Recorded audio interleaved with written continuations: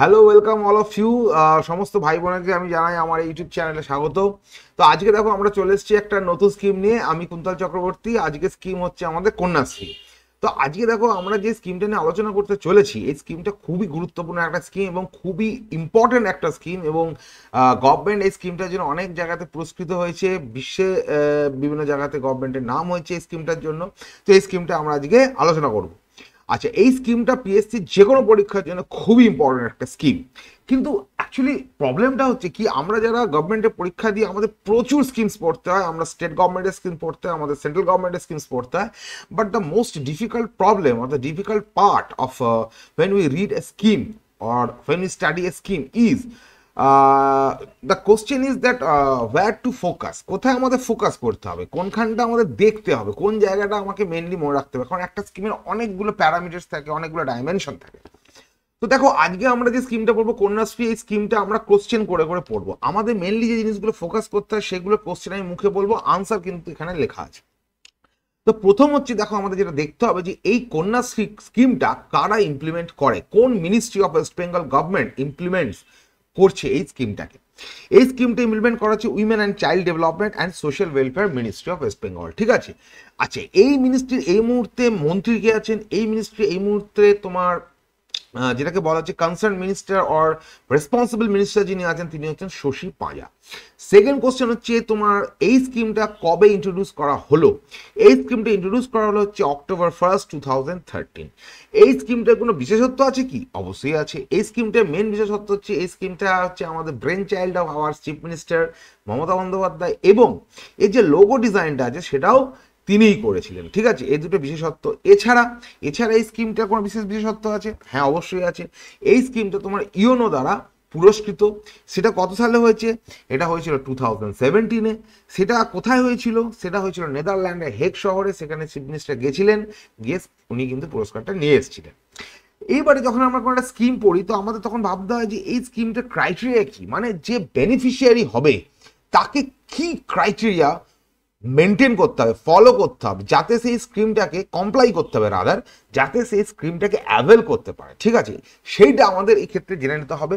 কারণ এই স্কিমটা শুধুমাত্র এমসিকিউর পয়েন্ট অফ ভিউ থেকে ইম্পর্টেন্ট নয়, এই স্কিমটা থেকে মাঝে মাঝে কিন্তু বড় কোশ্চেন আমাদের পিএসসি দিয়ে দেয়, কোথাও এসেতে, কোথাও রিপোর্টে, কোথাও কম্পোজিশনে। আই থিঙ্ক WBCS 2000 তোমার যে 23 যে মেন্স এক্সামিনেশন হয়েছিল তাতে কিন্তু এই স্কিমটা তোমার বড় মানে কম্পোজিশনে সম্ভবত এটা এসেছিল। ঠিক আছে, তো যাই হোক, তো এই স্কিমটা আমাদের দেখে নিতে হবে। এরপরে ক্রাইটেরিয়া, এই স্কিমটাকে যদি অ্যাভেল করতে, এই স্কিমটা কাদের জন্য? এই স্কিমটা প্রথমে আমরা জানি কাদের জন্য। এই স্কিমটা হচ্ছে আমাদের ছাত্রীদের জন্য, অর্থাৎ মহিলা স্টুডেন্ট, গার্ল স্টুডেন্টদের জন্য।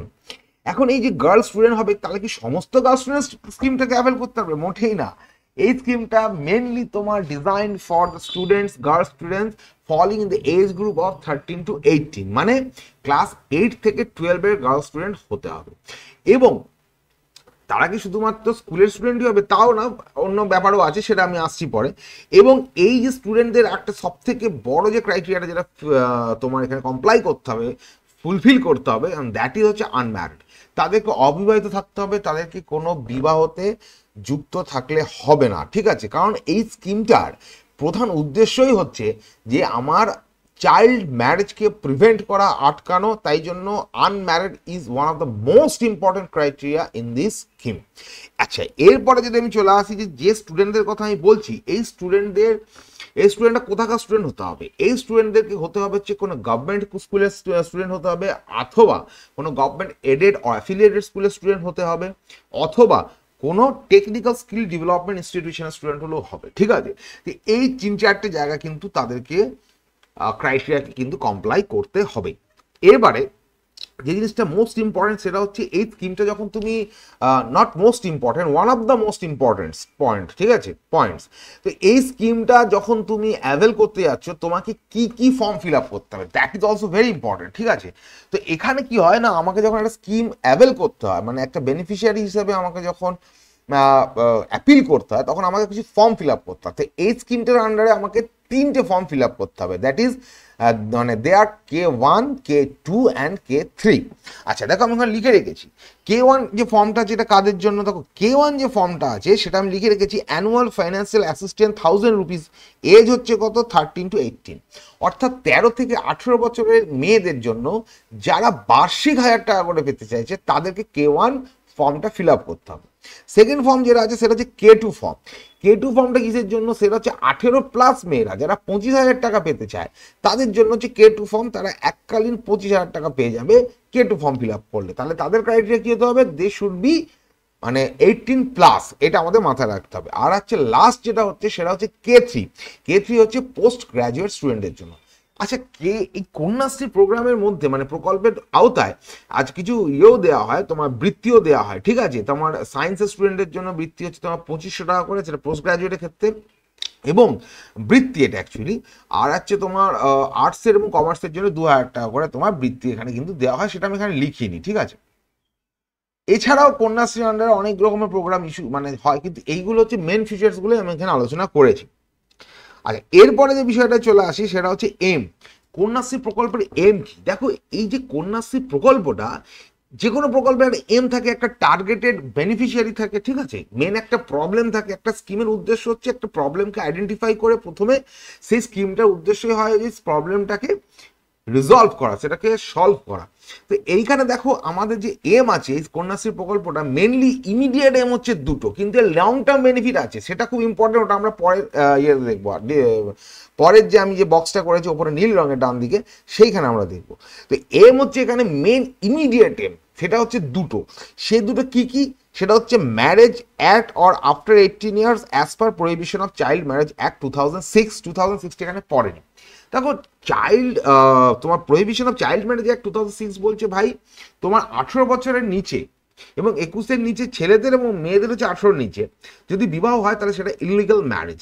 তাহলে এই যে আইনটা আছে এই আইনটাকে বলবৎ করা, এনফোর্স করা, এই আইনটা থেকে এই আইনটা যে লাইন আছে, in line of this particular act, এই স্কিমটা কিন্তু ডিজাইন করা হয়।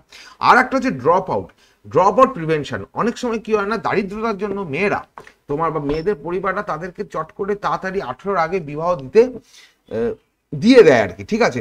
তারা মেয়েদের পড়াশোনা কন্টিনিউ করতে চায় না।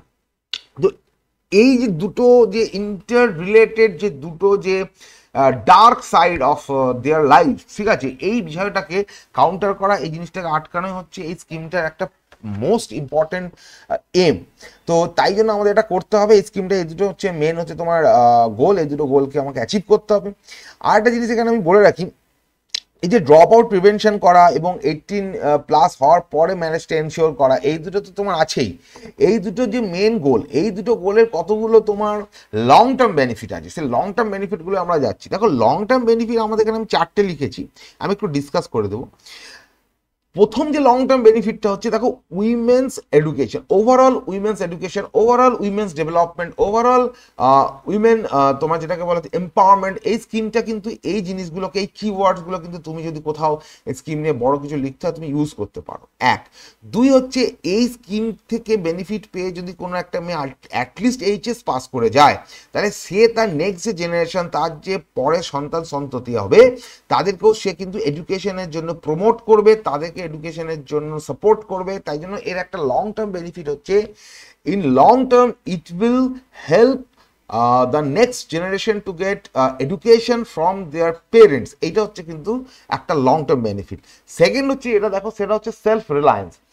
এখন একটা মেয়ে যদি অন্তত এইচএস পাস করে তাহলে সে কিন্তু ভবিষ্যতে কিছু না কিছু একটা তোমার ওয়ে অফ ইকোনমি, একটা ওয়ে অফ তোমার যেটাকে বলা হচ্ছে প্রফেশন, সে কিন্তু একটা প্রফেশন খুঁজে পার করে নিতে পারবে। তার ফলে কি হবে, তার যে ওভারঅল ইন্ডিয়ান ইকোনমিতে পার্টিসিপেশন সেটা কিন্তু আমার অনেক বেড়ে যাবে। ওভারঅল ইন্ডিয়ান ইকোনমিতে পার্টিসিপেশন বাড়ার সঙ্গে সঙ্গে তার ফাইন্যান্সিয়াল স্টেবিলিটি আসবে, তার সেলফ রিলায়েন্স হবে, যার ফলে কি হবে সে তার নিজের ফ্যামিলিকে ফাইন্যান্সিয়াল সাপোর্ট দিতে পারবে, তার সঙ্গে তার যে শ্বশুর বাড়ি অর্থাৎ বিবাহের পর তাদেরকেও ফাইন্যান্সিয়াল সাপোর্ট দিতে পারবেন। She will become a good support, good financial support, strong financial support to her husband, যার ফলে তার যে শ্বশুর বাড়ি বা ইনলজ হাউস সেখানে তার রেসপেক্ট অনেক বেশি বাড়বে। নট অনলি দ্যাট, এর সঙ্গে সঙ্গে আমি আরেকটা জিনিস ইনক্লুড করতে চাই, সেটা হচ্ছে ডোমেস্টিক ভায়োলেন্স, যেটা যার অন্যতম কারণ হচ্ছে তোমার ফাইন্যান্সিয়াল ক্রাঞ্চ, সেটা কিন্তু অনেকটাই কমে যাবে, ঠিক আছে। তো it is actually you can say it is likely to reduce lot of domestic violence cases in future, আমরা এইভাবে এটাকে দেখতে পারি। আচ্ছা, এর সঙ্গে যেটা আছে সেটা to check IMR and MMR.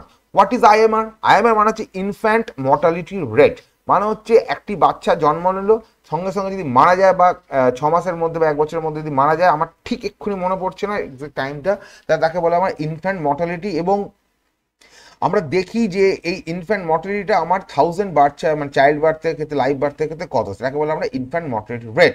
আর একটা হচ্ছে তোমার এমএমআর, ম্যাটার্নাল মর্টালিটি রেট। এখানে হচ্ছে মাদার অর্থাৎ মায়ের মৃত্যু জন্ম দেওয়ার ক্ষেত্রে কতজন হচ্ছে, জন্ম দেওয়ার সময় কটা হচ্ছে, সেইভাবে আমরা ম্যাটার্নাল মর্টালিটি রেটকে আমরা ক্যালকুলেট করি। এই ম্যাটার্নাল মর্টালিটি রেটটা দেখা হয় যে 1 লাখ চাইল্ড বার্থ, যে লাইভ চাইল্ড বার্থের ক্ষেত্রে কজন মায়ের মৃত্যু হচ্ছে, এই দুটো জিনিস আমরা এখানে দেখি। তো ম্যাটার্নাল মর্টালিটি রেট এবং ইনফ্যান্ট মর্টালিটি রেট যেটা আছে, এই দুটো কিন্তু অনেকটা কমে যাবে। কেন? কারণ infant mortality rate and maternal mortality rate is connected, যেটাকে আমরা বলতে পারি inextricably connected with two things, two most important things. One হচ্ছে তোমার age of the mother, second হচ্ছে তোমার ম্যালনিউট্রিশন। দেখো, এজ অফ দ্য মাদারের ক্ষেত্রে কি এখানে হয়, একটি মেয়ে যদি অপরিণত অবস্থায়, অপ্রাপ্তবয়স্ক অবস্থায় যখন চাইল্ড বার্থ দেয়, তখন তার নিজের যে bodily development to give a child birth, ঠিক আছে, ন্যাচারাল চাইল্ড বার্থ, ঠিক আছে, সেটা কিন্তু কি হয়, একটু রিস্ক থাকে। কেন রিস্ক থাকে সেটা, তার কারণ হচ্ছে তার তখন বডি সেরকমভাবে ডেভেলপমেন্ট হয়নি, ঠিক আছে, একটু ডিফিকাল্টি থাকে। তো সেক্ষেত্রে চাইল্ডেরও একটা মৃত্যু হওয়ার সম্ভাবনা থাকে, একটা তোমার প্রি ম্যাচিওর অর মানে চাইল্ডে বার্থ হওয়ার সম্ভাবনা থাকে, চাইল্ড যেগুলো বেরোয় সেগুলোও তাদেরও তোমার কিন্তু মৃত্যুর সম্ভাবনা থাকে, মায়েরও মৃত্যুর সম্ভাবনা থাকে। তো আমি যদি অন্তত 18+ এজটাকে বিবাহের জন্য এনশিওর করি, তাহলে একটা মেয়ের বাচ্চা যখন দেওয়ার যে এজটা সে পৌঁছাবে, রিপ্রোডাকশন এজটা পৌঁছাবে, মানে সে যখন বাচ্চা দেবে তখন তার বয়স মিনিমাম হবে 20-21। 20-21 হচ্ছে গুড এনাফ, ঠিক আছে, মানে একটা মোটামুটি ঠিকঠাক এজ যখন সে একটা বাচ্চা শারীরিকভাবে দেওয়ার জন্য সক্ষম। তার ফলে কি হয়, চাইল্ড মানে তোমার যে ইনফ্যান্ট মর্টালিটি রেট এবং ম্যাটার্নাল মর্টালিটি রেট, এই দুটোই কিন্তু অনেকটা কমে যাওয়ার চান্স থাকে, ঠিক আছে, চান্স থাকে না, কমেই যাবে, ঠিক আছে। তো যাই হোক, আশা করি তোমাদের এই ভিডিওটা খুব ভালো লেগেছে, এখানে ভিডিওটা এন্ড করে দিচ্ছি। আর যদি ভিডিওটা ভালো লেগে থাকে অবশ্যই লাইক করবে, কমেন্ট বক্সে জানাও তোমাদের কেমন লেগেছে, চ্যানেলটা সাবস্ক্রাইব করে নাও এখন যদি করে না থাকো, আর তোমাদের বন্ধু বান্ধবের সঙ্গেও চ্যানেলটি শেয়ার করে দাও। তাহলে আমরা চলো এখানে ভিডিওটা এন্ড করে দিচ্ছি, আর দেখা হচ্ছে আবার নেক্সট ভিডিওতে। ততক্ষণের জন্য গুড বাই।